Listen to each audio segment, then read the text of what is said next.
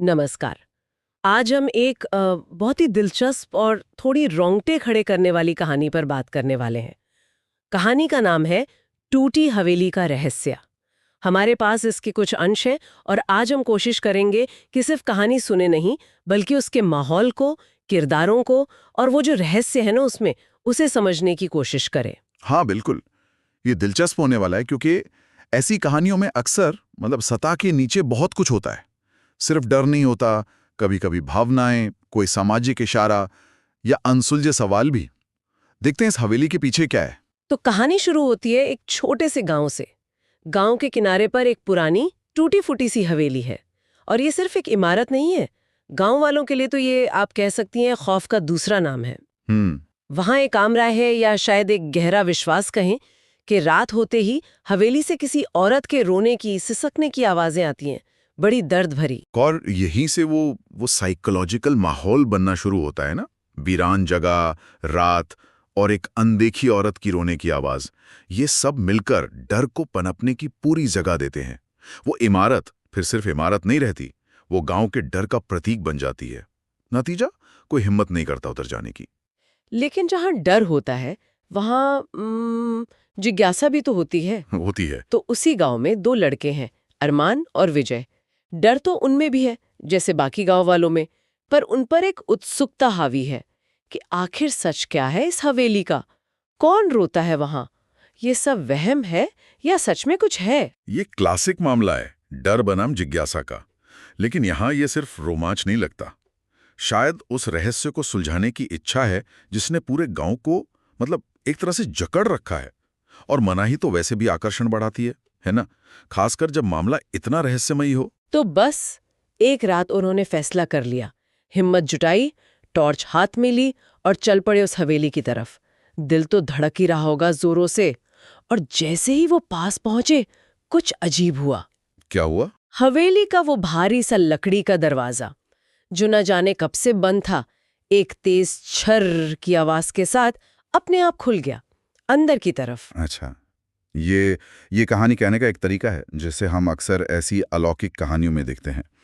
दरवाजे का खुद खुलना एक संकेत है, अब आप सामान्य दुनिया से बाहर किसी और दायरे में आ गए हैं। यहां से वो अनिश्चितता वाला माहौल बनना शुरू होता है। बिल्कुल। और अंदर का नजारा भी कुछ कम डरावना नहीं था।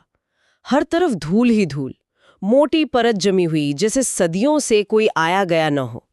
दीवारों पर, कोनों में मकड़ी के बड़े बड़े जाले, खिड़कियां टूटी हुई थीं ज्यादातर। उनसे हवा आती तो एक अजीब सी सरसराहट होती थी। पूरा माहौल एकदम वीरान, उजाड़, डरावना सा। ये माहौल का चित्रण बहुत जरूरी है। धूल, जाले, टूटी खिड़कियां, ये सब डिटेल्स नहीं है। ये उस जगह के अकेलेपन, उदासी, शायद किसी दुख भरे अतीत का प्रतीक है। ये उस अलौकिक उपस्थिति के लिए एक स्टेज तैयार कर रहे हैं। हाँ, तो वो दोनों लड़के अभी इसी माहौल को देख समझ रहे थे। शायद सोच रहे थे कि आगे बढ़ें या लौट जाएं। तभी ऊपर की मंजिल से एक आवाज आई, बिल्कुल अनअपेक्षित, पायल की छन छन। पायल की आवाज ऐसी जगह पर? हाँ, सोचिए उस वीराने में पायल की आवाज।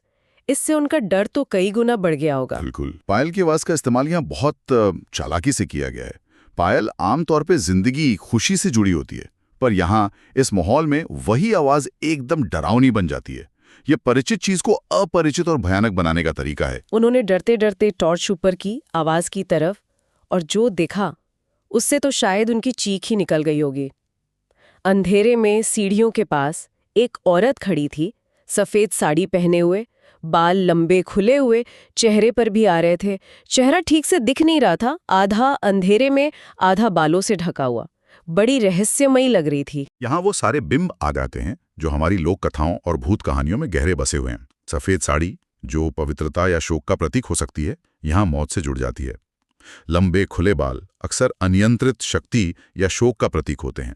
और चेहरा छिपा होना, वो डर को और बढ़ाता है कि आखिर क्या है जो वो देख नहीं पा रहे। इससे पहले कि वो कुछ सोचते या हिलते, वो औरत धीरे धीरे, बहुत धीरे धीरे सीढ़ियों से नीचे उतरने लगी। उसकी चाल में कोई जल्दबाजी नहीं थी, जिससे माहौल और भारी हो गया। और जैसे ही टॉर्च की रोशनी उसके चेहरे के पास पहुंची, एक और खौफनाक चीज दिखी। उसकी आंखें, वो सामान्य नहीं थीं। वो अंधेरे में भी लाल चमक रही थीं। ओहो, लाल आंखें। ये तो सीधा खतरे का निशान है। ये सिर्फ दुख नहीं दिखाता, ये गुस्सा, हिंसा या किसी अमानवीय शक्ति का प्रतीक माना जाता है अक्सर। इस एक डिटेल से वो औरत सिर्फ एक दुखी आत्मा नहीं, बल्कि एक खतरा लगने लगती है। लड़कों का डर तो अब हद से ज्यादा बढ़ गया था। वो धीरे धीरे पीछे हटने लगे।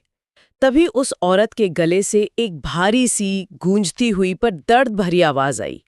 तुम क्यों आए हो यहाँ? ये मेरा घर है, कोई मुझे चैन से नहीं रहने देता। ये संवाद बहुत महत्वपूर्ण है।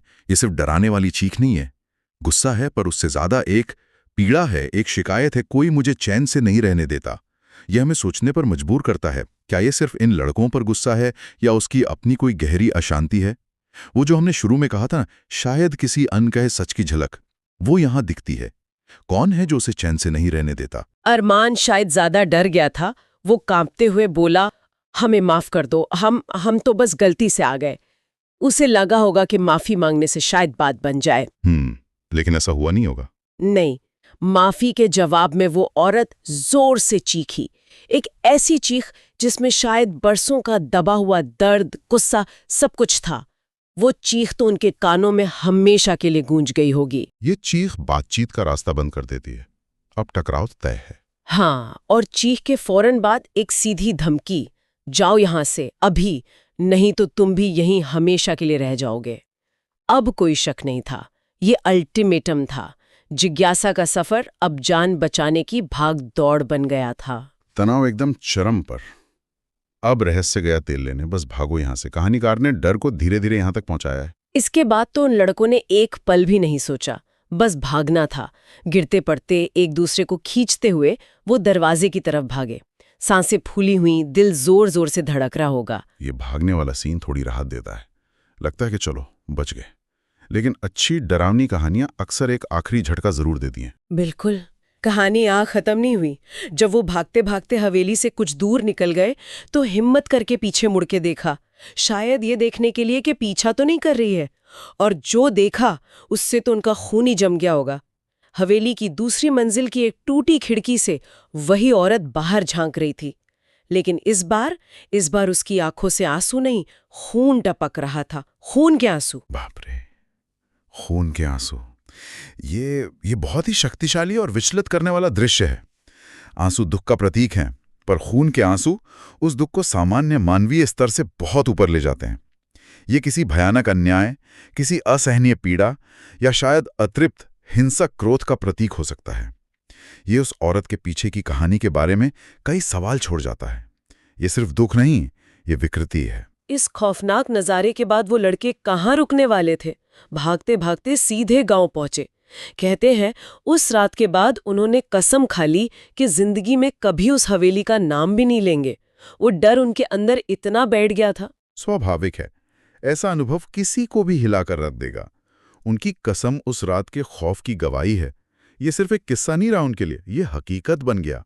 तो अगर पूरी कहानी को देखें, वीरान हवेली, रोने की आवाजें, जिज्ञासु लड़के, खुद खुलता दरवाजा, डरावना माहौल, फिर वो पायल की आवाज, सफेद साड़ी वाली औरत, लाल आंखें, उसका वो दर्द भरा संवाद, फिर चीख, धमकी, भागना और आखिर में वो खून के आंसू वाला दृश्य, ये सब मिलकर एक बहुत असरदार डरावनी कहानी बनाते हैं। इसमें कोई शक नहीं।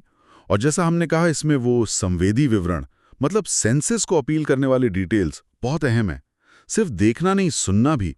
रोने की आवाज, पायल की छन छन, वो भारी आवाज, वो चीख, ये आवाजें डर को और असली बनाती हैं।